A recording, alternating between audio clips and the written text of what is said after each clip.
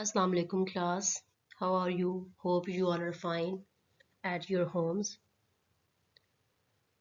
So today we are going to start our first online lecture. Hope you all understand well.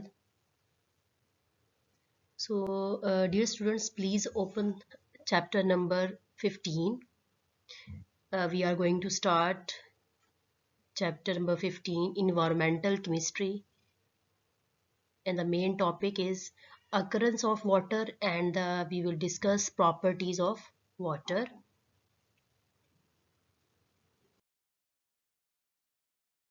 So yes, let's have a start with occurrence of water. जिस तरह के students आपको पता है आपके सामने ये एक डायग्रामेटिकली जो है वो शो किया गया है ग्राफ, जिसमें ओशन की जो परसेंटेज है अर्थ के ऊपर 97% है, ग्लेशियर्स की आइस कैप की 2.1% है, ground water is 0.6%, atmospheric water is 0.001 and inland water is 0.2%। तो यहाँ हम और देख रहे हैं कि ओशियंस में जो वाटर की कंटेंट जो है 97% मौजूद है।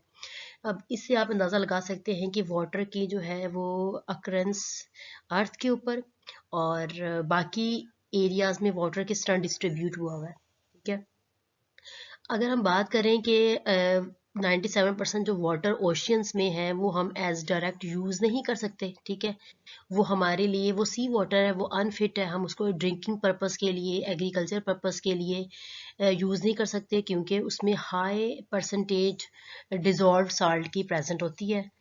और जो हम पानी यूज़ कर सकते हैं, ड्रिंक कर सकते हैं, फॉर एग्रीकल्चर पर्पस के लिए यूज़ कर सकते हैं, वो ओनली है 0.2%। ठीक है, अब ये दोनों एमसीक्यूज भी आपके आ सकते हैं। मैं साथ साथ आपको बोर्ड के हवाले से जो है वो गाइड करती जाऊंगी कि एमसीक्यूज या शॉर्ट क्वेश्चन या लॉन्ग क्वेश्चन, तो आप साथ साथ जो है वो नोट करते जाएं। ठीक है, तो ये एमसीक्यूज हो सकता है कि 0.2% वाटर जो है वो पोर्टेबल है और 97% वाटर जो है वो ओशन के है जो अनफिट है फॉर ड्रिंकिंग और फॉर एग्रीकल्चर पर्पज। ठीक है बॉयज, देन हम डिस्कस करेंगे प्रॉपर्टीज ऑफ वाटर। बेसिकली आप सबको पता है कि वाटर के अगर हम स्ट्रक्चर की बात करें तो वाटर का फार्मूला है H2O, जिसके अंदर 2 जो है वो हाइड्रोजन एटम है और 1 ऑक्सीजन एटम है, और ये जब कंबाइन होते हैं तो वो एक मॉलिक्यूल वाटर का बना देते हैं। अगर फिजिकली ऑब्जर्व करें तो प्योर वाटर जो है वो फिजिकली क्लियर होता है, कलरलेस होता है, ऑर्डर नहीं ऑर्डरलेस होता है, टेस्टलेस होता है। ये हमें फिजिकली देखने में ये प्रॉपर्टीज लग रही होती हैं। इसके अलावा हम और डिस्कस करते हैं प्रॉपर्टीज कि अगर हम इसका जो है लिटमस पेपर पे चेक करें तो ये न्यूट्रल इसकी पीएच होती है, पीएच ऑलमोस्ट न्यूट्रल होती है, जो कि 7 कहा जाता है। सेकेंड प्रॉपर्टी अगर इसकी फ्रीजिंग पॉइंट और बॉइलिंग पॉइंट की बात करें तो freezing point 0 Celsius and the boiling point is 100 Celsius at sea level. Third point is density. Density maximum density जो है 1 ग्राम पर centimetre cube at 4 Celsius temperature, और ये बहुत इंपॉर्टेंट फॉर एमसीक्यूज भी है। फोर्थ पॉइंट इज जो water है वो एक्सीलेंट सॉल्वेंट है, यूनिवर्सल सॉल्वेंट भी कहते हैं, और फॉर किसके लिए, फॉर आयनिक कंपाउंड्स के लिए या फिर मॉलिक्यूलर कंपाउंड्स के लिए। नंबर 5, हीट कैपेसिटी जो है वो 4.2 जो पर ग्राम केल्विन है, जो कि अबाउट अगर हम रॉक्स के साथ कन्वर्ट करें तो वहां से 6 टाइम ग्रेटर देन रॉक्स है।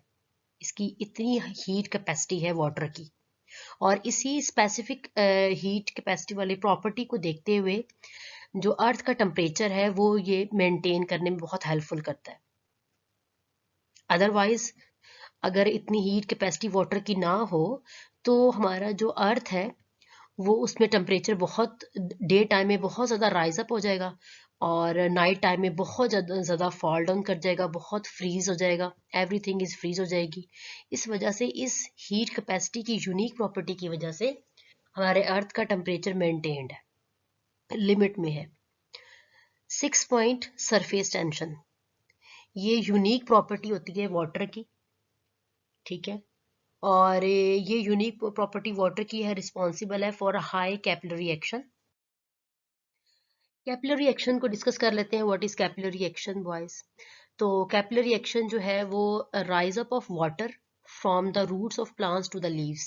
ये एक प्रोसेस है जिसमें वाटर जो है वो रूट से राइज अप होकर प्लांट्स के अपवर्ड साइड लीव्स तक जाता है, और इस प्रोसेस को हम कहते हैं कैपिलरी एक्शन। और ये अर्थ ग्रेविटी के अपोजिट जो है वो वर्क करता है। आपके सामने ये एक जो है वो डायग्राम भी नजर आ रही है कि इसका जो है वो कैपिलरी एक्शन, वाटर जो है वो अपवर्ड साइड पर मूव करेगा against the gravity. That process is known as capillary action. उसने कहा ये वाटर की यूनिक प्रॉपर्टी है।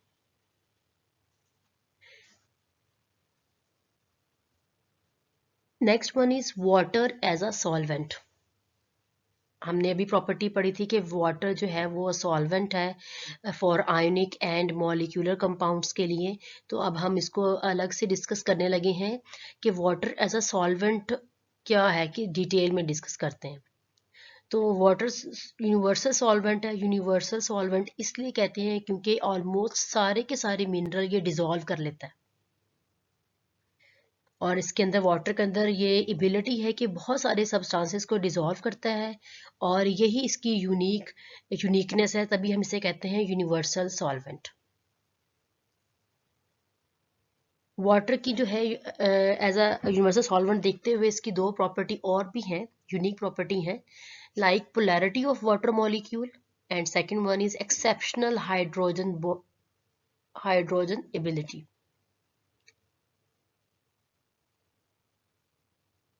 आपके सामने ये डायग्राम गिवन है वाटर एज अ सॉल्वेंट। एक हमने कंटेनर लिया है, उसमें हमने जो है वो प्योर लिक्विड ऐड किया,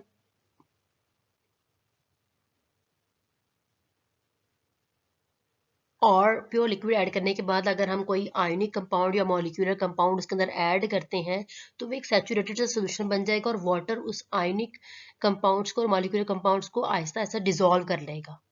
तो इसलिए कहते हैं कि वाटर जो है उसकी डिसॉल्विंग पावर बहुत अच्छी है, और ये यूनिवर्सल सॉल्वेंट कहलाया जाता है। तो पहली प्रॉपर्टी डिस्कस कर लेते हैं, polar nature of water. Water की पोलर नेचर। पोलर नेचर का मतलब है, अगर हम वाटर की स्ट्रक्चर की बात करें तो H2O, दो हाइड्रोजन एटम और एक ऑक्सीजन एटम।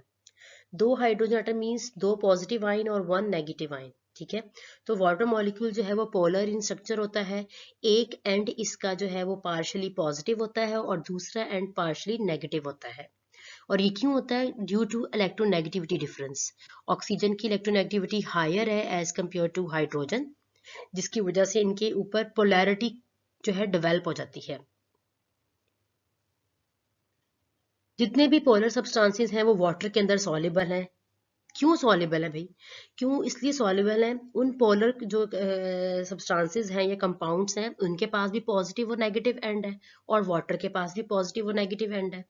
अब होता इस तरह है कि उन सब्सटेंसेस के जो पॉजिटिव एंड है वो अट्रैक्ट करते हैं नेगेटिव एंड ऑफ, जो कि ऑक्सीजन का है, वाटर का। इसी तरह नेगेटिव एंड उस सब्सटेंस के अट्रैक्ट करते हैं पॉजिटिव एंड ऑफ हाइड्रोजन, जो कि वाटर का है। इस तरह इनके बीच में एक electrostatic force of attraction develop हो जाती है, ठीक है। और जब electrostatic force of attraction in ions के बीच में ओवरकम कर जाए आयन डायपोल फोर्सेस के अकॉर्डिंग, तो वाटर मॉलिक्यूल आपस में जो है वो डिसॉल्व, वाटर मॉलिक्यूल्स और वो सब्सटेंस आपस में मिक्स होकर अच्छे से डिसॉल्व हो जाते हैं।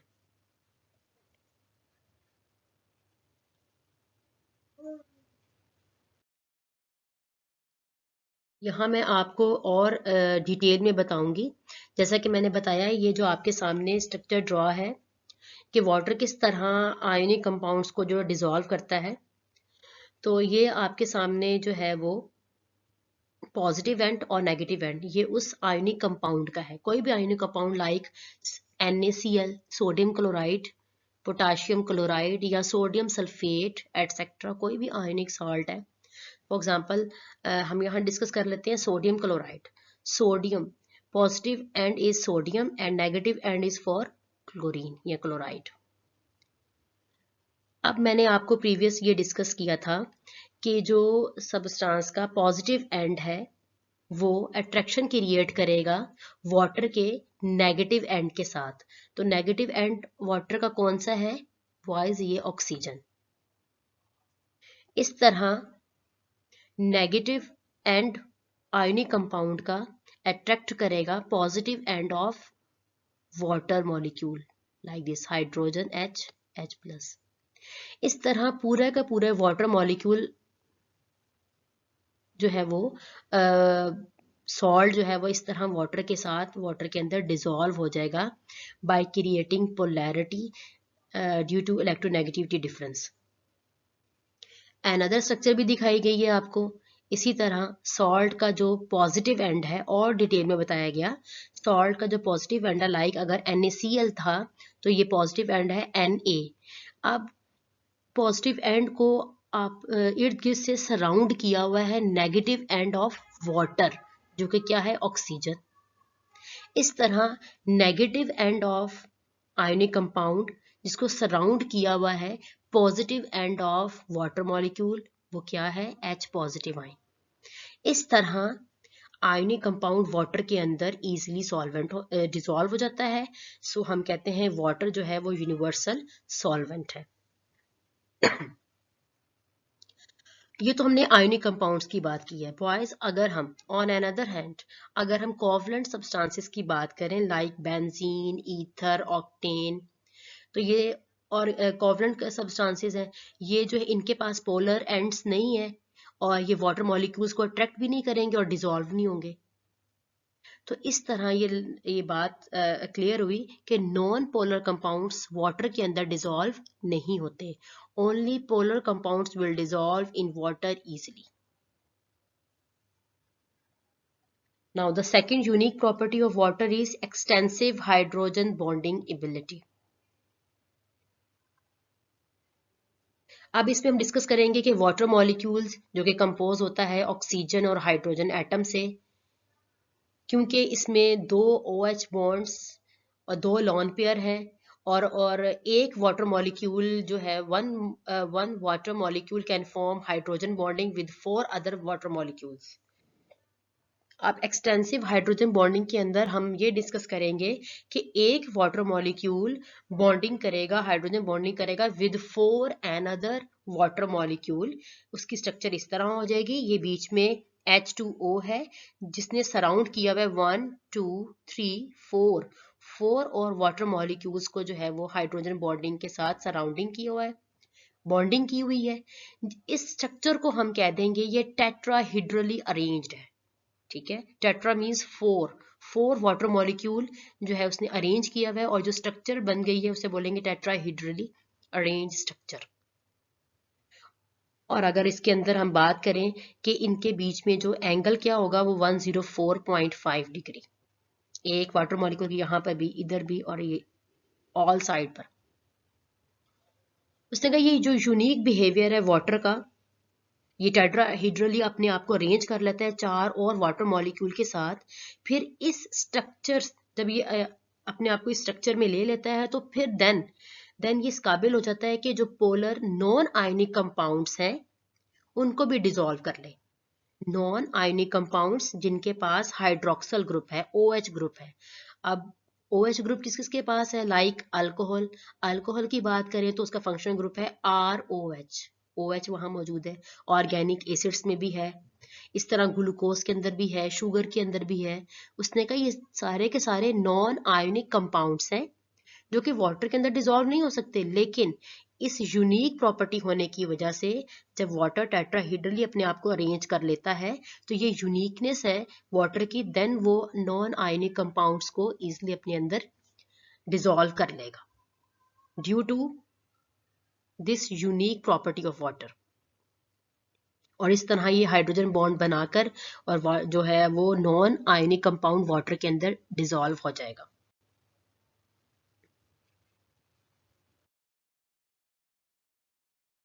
बॉयज यहाँ पे मैंने आपको स्ट्रक्चर के थ्रू भी शो कराया गया है, यहाँ पर मतलब 3D स्ट्रक्चर शो की गई है जिसमें वाटर मॉलिक्यूल किस तरह डिसॉल्व हो रहा है सॉल्ट के अंदर। ये आप नेट से भी ये वीडियो देख सकते हैं इजीली आपको।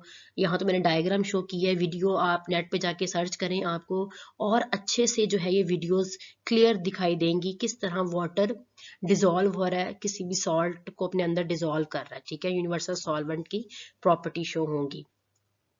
इंटरेस्टिंग इन्फॉर्मेशन हम इग्नोर नहीं करते, ये इंपॉर्टेंट होती है फॉर एमसीक्यूज। इसमें बताया गया है कि अगर हम लैंप ऑफ सीजियम्स ऐड करें वाटर के अंदर, और वाटर जो है वो ग्लास टफ के अंदर मौजूद है, तो एक विगरस सा रिएक्शन होगा और जो है वो जो हमारा ट्रफ है वो शेल्टर हो जाएगा इनटू स्मॉल पीसेस। ये आपके लिए एक इंटरेस्टिंग इंफॉर्मेशन है अबाउट सीजियम।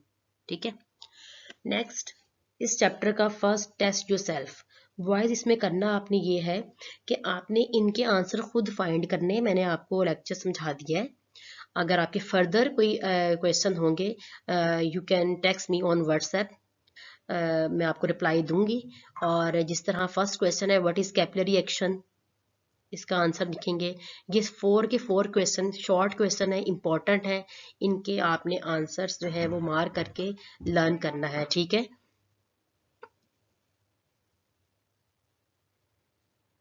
आई होप आपको आज का लेक्चर बहुत अच्छे से समझ आया होगा। ठीक है, थैंक यू सो मच। अल्लाह हाफिज़।